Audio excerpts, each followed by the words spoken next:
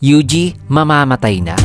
Ang lahat ng tao ay magiging sorcerer. Merging na pinangarap ni Kenjaku ay mangyayari na rin. Yan at marami pa ang umiikot na teorya patungkol sa konklusyon ng JJK modulo gayong nalalapit ng pagtatapos nito. Kaya may nakita tayong 4 na ruta sa possible ending base sa latest chapter. At ang possible ending na yan ay gugulat talaga sa inyo. Kaya may sa video ito ay pag-uusapan natin ang 4 na possible ending ng Jujutsu Kaisen modulo at sa kung paanong paraan nga ba ito mangyayari sa kwento. Kaya huwag na natin patagalin pa. Let's go. Ang una natin pag-uusapan ay ang possibility na mamamatay si Yuji. Well, not technically agad-agad, kundi sa wakas ay mawawala na ang pagiging immortal o ageless ni Yuji. At sa paanong paraan nga ba yan mangyayari? Well, as far as we know, ang goal ni Maru ay ang bumuo ng mundo na di na nabubuo pa ang mga curse spirit. At para makamit ito, ay napili ng kanyang curse technique si Yuji at si Mahito bilang isa sa mga susi para magkaroon na ng pagkakaisa ang mga tao at si Murians by removing curse spirit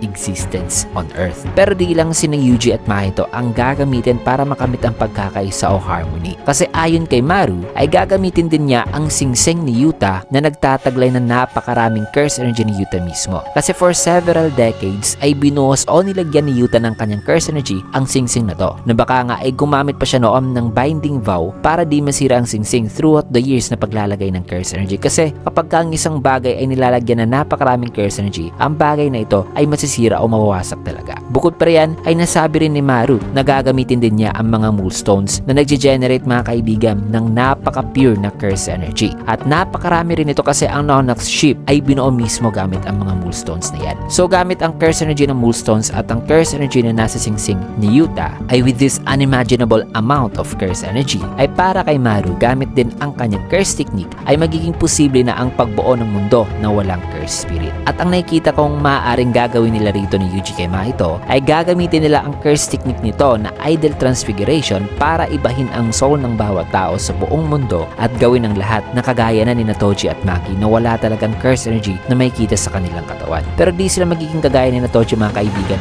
na gifted sa physical body. It's just that ay mawawala na talaga totally ang curse energy sa kanilang katawan. Na sa ganitong paraan ay mawawala na rin ang possibility ng paglilik sa negative emotion o curse energy ng mga tao sa mundo na siyang nagmamanifest into curse spirit. Pero paano ang isang Mahito mga kaibigan gamit ang curse technique nito na ma-alter ang soul ng bawat tao sa buong mundo? Well, dito na papasok ang curse energy na nasa moonstones at sa singsing ni Yuta. Kasi dahil sa may napakarami na silang curse energy mula sa bato at sa singsing, ay maaaring ang curse energy na yan ay ang kanilang gagawing fuel sa curse technique ni Mahito na mai-apply sa lahat ng tao sa mundo. Nang isang way na nakikita ko para ma-perform ang idol transfiguration sa buong mundo at ma-apply sa lahat ng tao ay ang pag-activate sa idol transfiguration sa natitirang labi o sa fetus shape na si Master Tengen. Kasi kung naaalala nyo, nabanggit ni Master Tengen mga kaibigan na matapos daw nung di siya na-emerge kay Riko Amanai, siya at ang mundo ay parang isa na ang kanyang soul ay ang mundo na mismo. So by applying idol transfiguration kay Tengen with the use of curse energy na mula sa singsing at bato, ay dito na kayang maapektuhan ng idol transfiguration ang lahat ng tao sa mundo dahil sa ang soul ni Tengen ay ang mundo na mismo. So kailangan munang i-apply ni Mahito ang kanyang idol transfiguration sa soul ni Tengen. This way, ang lahat ng tao pati si Yuji ay di na magiging sorcerer dahilan na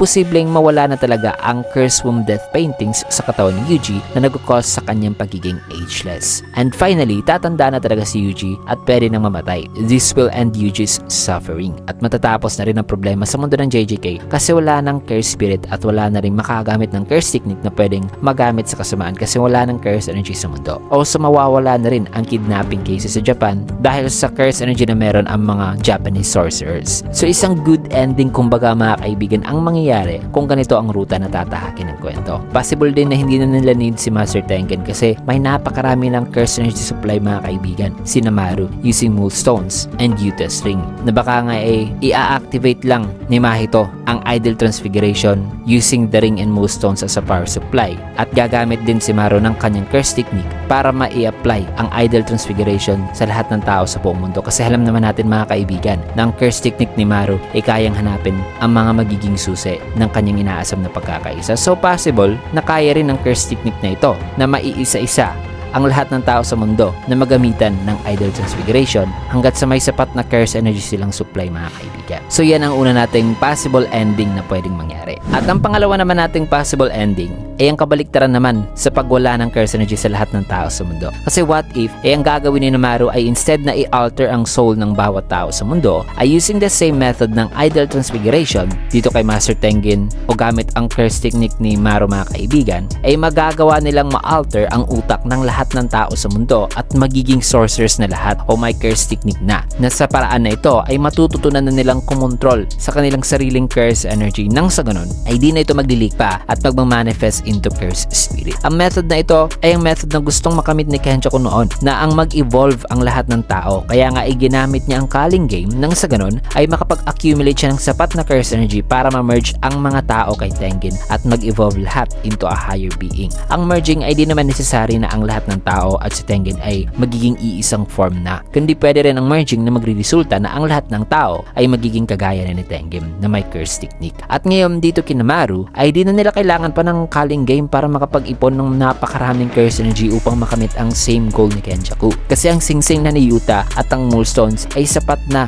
curse energy supply para i-perform ang worldwide Idol Transfiguration at gawing sorcerers lahat. This way ay posible pa ngang ma-extend ang storya ng JJK at makapag-create ng parallel story o kumbaga parang kakaibang timeline na ang lahat ay may kapangyarihan na parang kagaya na sa My Hero Academia. Kasi kung natatandaan nyo, nasabi rin ni Gege sa simula pa lang ng JJK Modulo na ang istorya ng JJK Modulo ay sumagi raw sa isip niya para ma-expand pa ang ilang parts ng main story o makabuo ng parallel story wherein ang story ng previous JJK ay mananatili pa ring relevant sa kwento. So masabi natin na ang pag-transform sa lahat ng tao as a sorcerer pati na ang pagwala sa curse energy sa lahat ng tao sa mundo ay ang posible talagang mangyayari dito sa gagawin ni Namaru na pagbuo ng mundo na walang curse spirit. At ang dalawang method na yan ay ang naisipan ni Yuki pati na ni Kenjaku. Now dito na tayo sa third possible route ng ending nitong JJK Modulo. At yan ay ang possibility na magbabackfire ang plano ni Namaru gamit si Mahito. Na maaaring may gagawin si Mahito during the process of using Idol Transfiguration na magki-create ng panibagong gulo. Kasi even though na ang curse technique ni Maru ay magpapalid sa mga sitwasyon into harmony o pagkakaisa, ay ang nagagawa lang ni Maru ay ang mahanap ang susi para sa pagkakaisa na inaasam niya. Pero di niya kontrolado ang resulta ng kanyang gagawin once na nahanap na niya ang mga susi para sa pagkakaisa na yan. Na kung magbabackfire ito kasi may gagawin si Mahito na kakaiba bilang ganti na rin kay Yuji, well, maaari talaga na magiging magkakampi sina Yuji at Dabura in the upcoming chapters para tapusin ang panibagong gulo na yan. Na baka nga ang gagawin ni Mahito ay ang isa pang klase ng merging na posibleng mangyari noon sa ginawa ni Kenjaku na ang merging na itinis sa nagdaang JJK manga na possible scenario which is itong iconic panel to mga kaibigan na kung saan ang lahat ng tao ay na-emerge into one form. Na kung ito ang mangyayari ay tanging sina Dabura at Yuji lang ang kayang tumapos sa threat na ito.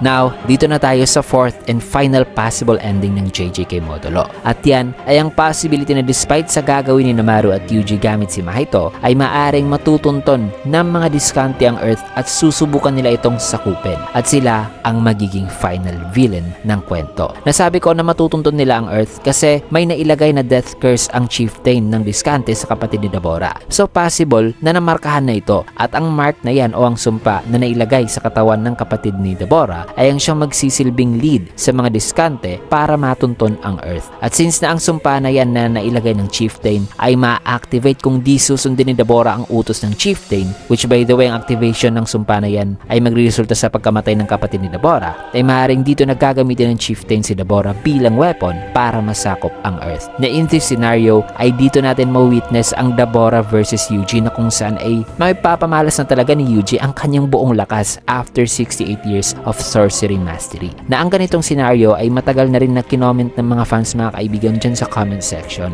At yan mga kaibigan, ang lahat o ang 4 possible ending ng JJK Modulo. Kayo ano sa tingin nyo ang mga possible scenario na pwede pang mangyari sa susunod ng mga chapters bukod sa 4 na to? Kasi alam naman natin na napaka-unpredictable ni Gege Akutami. Well, let me your thoughts dyan sa comment section kasi dito muna natin tatapusin ng video. Kaya may kung gusto nyo yung video, can get a like, comment, follow, subscribe na rin for more videos like this. Maraming salamat and see you guys again on my next video.